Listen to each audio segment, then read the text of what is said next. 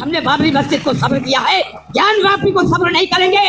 इंशाअल्लाह ये लड़ाई सड़कों पर लड़ी जाएगी। हमारे प्राचा साहब कोर्ट में मस्जिद की लड़ाई लड़ेंगे, लेकिन हम तमाम मुसलमान सड़कों पर मस्जिद की हिमायत में लड़ाई लड़ेंगे। जय श्री राम दोस्तों। यार जैसा कि आप जानते ही हैं कि मथुरा में भगवान श्री कृष्ण जन्मभूमि का मामला गर्म आया हुआ है। इसमें हिंदू और मुस्लिम पक्ष दोनों आमने सामने आ गए हैं। हिंदू पक्ष का कहना है कि ये जमीन हमारे यहाँ पे कोई मस्जिद नहीं हुआ करती थी, वहीं मुस्लिम पक्ष इस पे कब्जा जमाए बैठा है। खैर ये कोई नई बात नहीं है। अगर इतिहास के पन्नों को खोलकर देखा जाए तो ऐसे हजारों मंदिर हैं जहाँ तोड़कर मस्जिद बनाई गई या उन पर कब्जा कर लिया गया है। तो चलो यार चलते हैं मथुरा के इतिहास में। वहाँ हम शुरू से अंत तक जानेंगे कि क्या हुआ था, किस तरीके से आक्रमण हुआ, किस तरीके से मंदिर तोड़े गए और किस तरीके से कब्जे किए गए। और अगर तुम सनातन को मानने वाले हो तो तुम्हारे दिल में एक बार तो जरूर आएगा कि यार सच में हमारे बुजुर्गों ने इतना कुछ सहा था। बात करते हैं उस समय की जब मथुरा पर पहला आक्रमण हुआ था। 1017 में मोहम्मद गजनबी ने मथुरा में आक्रमण किया और उसे 1 या 2 दिन तक नहीं, पूरे 21 दिन तक लूटा था। उसी समय के इतिहासकार हैं अल उद्बी और उसने एक बुक लिखी हुई है जिसका नाम है तारीख यामिनी। उसने अपनी बुक में लिखा हुआ है कि शहर के दोनों छोरों पर हजारों घर थे और उन सब के मंदिर आपस में जुड़े हुए थे और उन सब मंदिरों की तुलना में शहर के बीचों बीच एक बहुत विशालकाय मंदिर था जिसका वर्णन नहीं किया जा सकता। उससे आगे वो लिखता है कि अगर ऐसी इमारत को बनवाया जाए तो सैकड़ों हजारों दिनार खर्च करके भी नहीं बनवाया जा सकता। वहीं अगर दुनिया के सबसे कुशल कारीगरों को भी लगाया जाए तो भी ऐसी इमारत 200 साल में भी नहीं बनाई जा सकती। उसने उस मंदिर की मूर्तियों के बारे में भी लिखा हुआ है। उसने मूर्तियों के बारे में लिखा हुआ है कि वहां पर बहुत बड़ी बड़ी मूर्तियां थी, जिनमें से 5 मूर्तियां लाल सोने की बनी हुई थी और उनकी ऊंचाई लगभग 15 फीट थी और वो सारी की सारी बिना किसी आधार के हवा में थी। उनमें से एक मूर्ति की आंखों में दोरू भी लगी हुई थी। उसमें लिखा हुआ है कि अगर उस टाइम पर उसे बेचा जाता तो उस टाइम पर लगभग उसे 50,000 दिनार तक मिल सकते थे। वहीं दूसरी मूर्ति में सोफिया लगाया हुआ था जो पानी से भी साफ था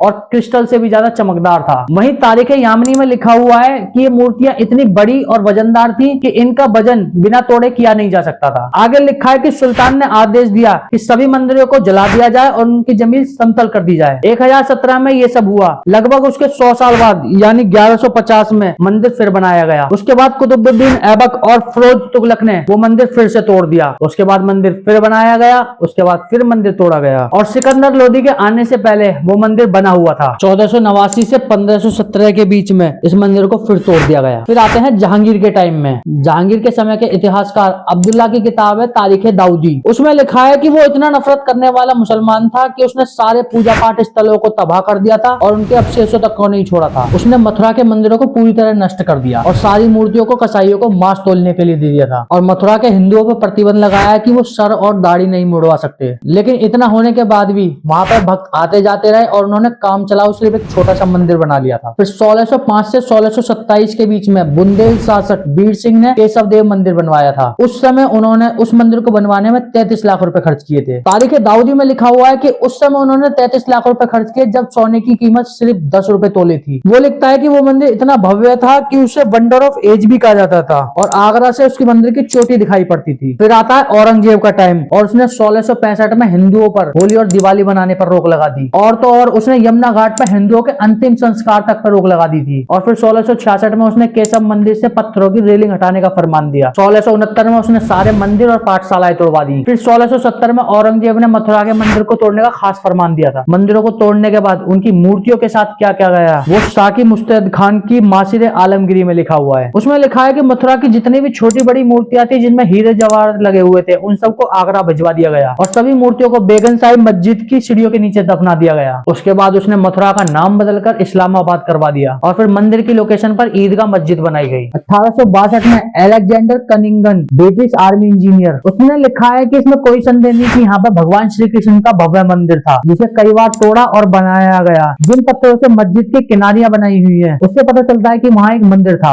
मस्जिद के अंदर पत्थरों पर बहुत सी हिंदू कलाकृतियां हैं जो नागरी लिपि में लिखी हुई है। फिर अंग्रेज राज पूरी तरह से आ गया और ये विवाद कानूनी विवाद हो गया। फिर 1815 में ईस्ट इंडिया कंपनी ने कटरा केशव देव जमीन की बोली लगाई क्योंकि उनका मकसद भी सिर्फ देश को लूटना ही था और उस जमीन को बनारस के महाराजा पत्नीमल ने खरीदा, लेकिन वो भी वहां पर मंदिर नहीं बनवा पाए क्योंकि वो भी मुसलमानों से कानूनी लड़ाई लड़ते रह गए। फिर 1944 में पंडित मदन मोहन मालवीय ने जमीन अधिग्रहण की योजना बनाई। उसके बाद जुगल किशोर बिड़ला ने ट्रस्ट बनाया और उसे मालिकाना हक दिलवाया और 1965 में कृष्ण जन्म स्थान पर मंदिर बनकर तैयार हुआ। तो यार ये तो हुआ इतिहास। तो चलो जानते हैं इसके पीछे विवाद क्या है। ये सारा विवाद 13.37 एकड़ जमीन का है, जिसपे 10.9 एकड़ में मंदिर बना हुआ है और 2.5 एकड़ में मस्जिद बनी हुई है। अंग्रेजों के टाइम में इस जमीन को पहले पत्नीमल ने खरीदा, उसके बाद जुगल किशोर ने खरीदा था। 1951 में श्री कृष्ण जन्मभूमि ट्रस्ट बनाया और फिर तय हुआ कि यहाँ पर भव्य मंदिर बनाया जाएगा। 1958 में श्री कृष्ण जन्मभूमि सेवा संघ का गठन हुआ, लेकिन यहाँ गलती ये हुई कि इन्हें पूरा कानूनी अधिकार नहीं दिया गया था। फिर 1964 में संस्थान ने पूरी जमीन के लिए केस किया और केस आज भी चल रहा है। तो इससे आपको साफ पता चल गया होगा कि वहाँ पे मंदिर था या मस्जिद थी, वो जमीन किसकी है। लेकिन उसके बावजूद भी ये मौलाना ये बोल रहा है, हमने बाबरी मस्जिद को सब्र किया है,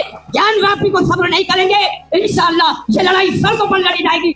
हमारे प्राचा साहब कोर्ट में मस्जिद की लड़ाई लड़के, लेकिन हम तमाम मुसलमान सड़कों पर मस्जिद की हिमायत में लड़ाई लड़ेंगे। ये वही लोग हैं जो इजराइल और हमास की लड़ाई में बोल रहे थे कि हमास अपनी जमीन लेना चाहता है। इससे साफ पता चलता है कि इनका दोगलापन किस हद तक का है। तो भाई राहुल गांधी, कैसा लगा जानकारी सुन के? मजा आया।